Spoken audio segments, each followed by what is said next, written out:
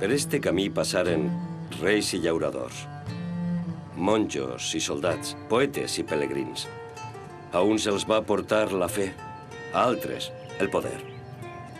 No sempre van trobar el que buscaven, però tots, durant segles, els hem rebut amb una abraçada de pau i un poc d'aigua fresca.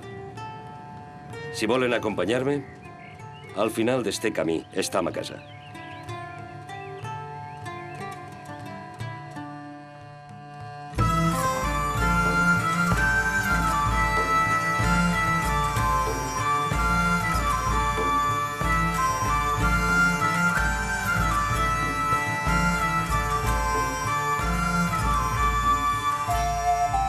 Sant Jeroni de Cotalba es va fundar a finals del segle XIV, en terres del Ducat de Gandia, i en unes quantes dècades es va convertir en el centre espiritual de la comarca de la Safor.